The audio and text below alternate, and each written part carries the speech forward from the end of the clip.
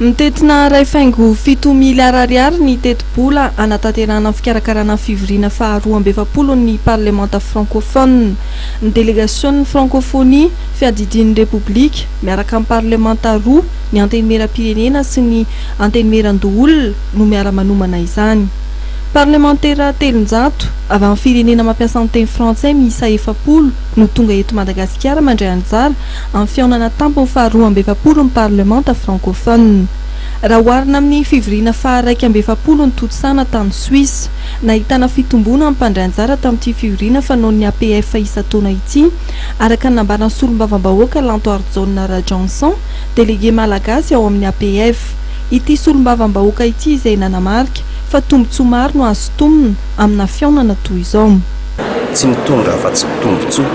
Tadidio tsara fa firenena maro niady ny andray an'io ty fihaonana ity teto Afrika. Satria tamin'ity taona ity zany dia anjaran'ny région Afrika no mandray ny session-ny APF. Nisy maro be ny firenena afrikanina niady andray an'ity fa isika malagasy no lany be sy ny maro.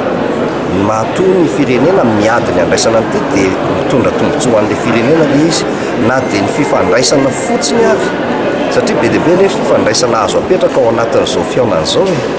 Be dia be ny zavatra mety ho hitan'ireo parlementaire tonga eto amintsika ireo ary zavatra entiny ahafahana mametraka partenariat ho an'ny parlementaire eto amintsika. Mety afaka mahita partenaire izy any amin'ireo firenena rehetra ireo, ifandray amin'ireo ahafahany manasony any amin'ny circonscription misy azy. Fotoana ahafahana mampafantatra ny Madagasikara amin'ny firenena ao anatin'ny francophonie, niteraka fampidiram-bola vahiny ary famonoana asa maro ihany koa ny fihaonana toy izao. Eo amin'ny efitrano fandraisam-bahiny, ny fanofanan'ny fiara-pitatitra ny délégation. Raha totaly dia olona eo amin'ny 700 no apetrano'ny Madagasikara amin'ny fotoana io. Nataon'ny tompon'andraikitra tsy ambany zavatra ny fiantohana ny fahandriam-pahalemana mandritra ny fivoriana faharoa amby 70 ny parlementa francophone izay toy hatramin'ny talata 12 Jolay izao.